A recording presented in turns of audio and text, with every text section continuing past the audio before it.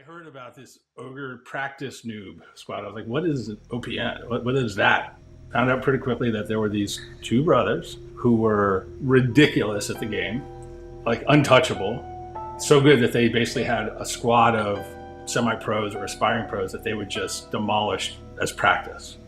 It's like hearing about a pitcher who can throw 105 miles per hour. It's just like this legendary. Is it real is the first question. Turned out it was real. And there is Ogre 2, final boss going with all kinds of momentum. And Scott, Ogre 2 just played that perfectly. I mean, this kid is basically the definition of an all-star. It's Ogre 2 once again. This time it's just nasty. Final boss trapped in blue base. Ogre 2 getting charged. He wins that battle against his lunchbox. And there we go. Ogre 2 gets it.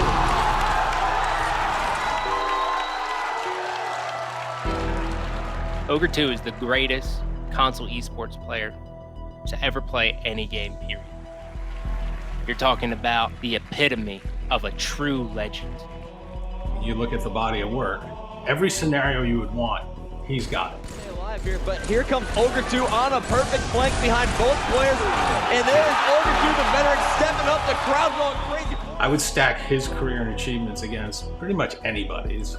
The guy placed top 2 at 40 events in a row. An absolutely insane streak, and I think that is the best way to describe just how dominant Ogre 2 was. There never felt like there was a year that Ogre 2 lost a step.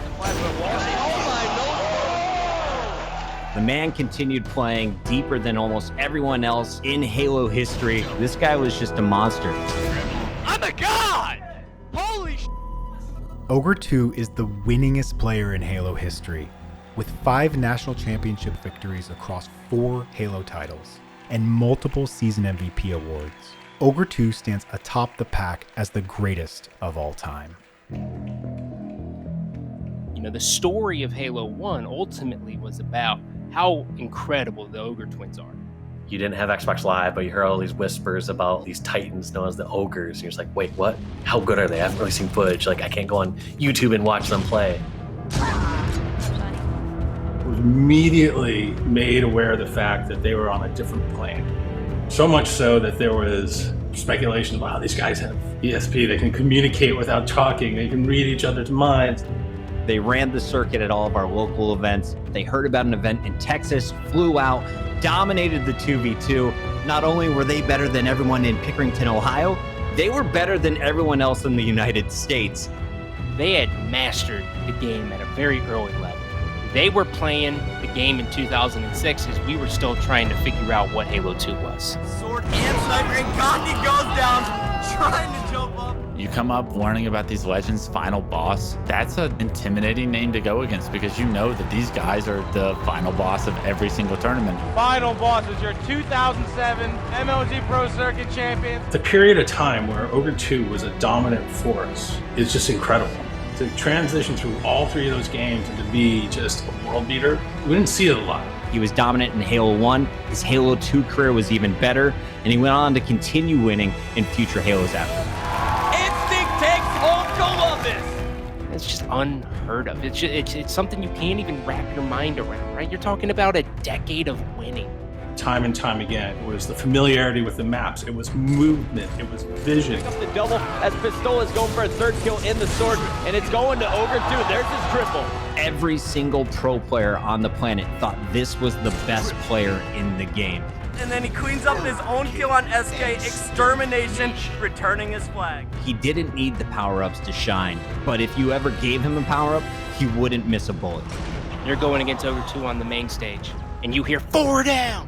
It would pierce me. I'd be like, damn. Once Tom starts yelling, you know he is at the top of his game, and there's almost nothing you can do to stop him. I've seen really good players in lots of games, but that level, that gap, I haven't seen it again. And it is officially over. Final boss, your 2010 MLG National Champions. Ogre 2 doesn't even realize what he just did. Final boss going down as the only Halo 3 dynasty. And there you see the sportsmanship. Ogre 2's unprecedented 14-year career and 40 LAN victories set the bar for future pros. A true pioneer of gaming and a master of the fundamentals of Halo, Ogre 2 has left a lasting impact on esports forever. The term legendary, we throw it around a bunch. Godlike, we throw it around. Ogre 2 is that word. How much he inspired people, how much he dominated. I think he was a trailblazer. Ogre 2 will be remembered as the greatest Halo player that ever lived. You just won 4 national championships. You're the winningest player in Halo 3 and the winningest player in Halo. You are the man here. You're the best. Their legend had grown so much over the years.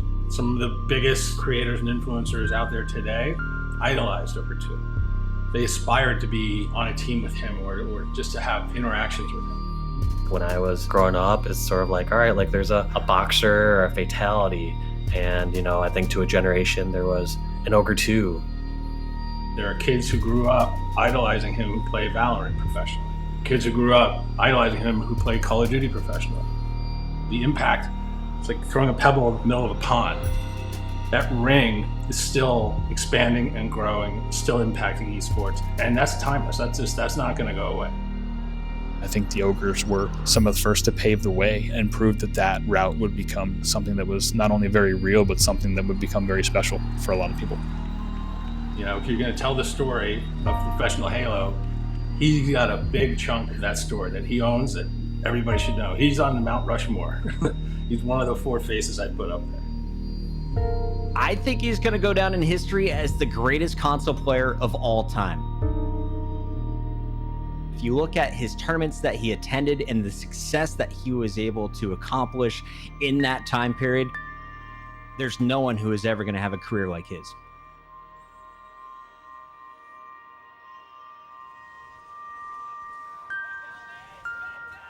And you hear Ogre 2, he was yelling at Ace's older brother Elamite earlier, now he's yelling at Ace.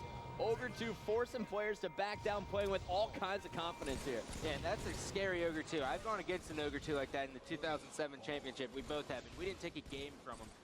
He is terrifying.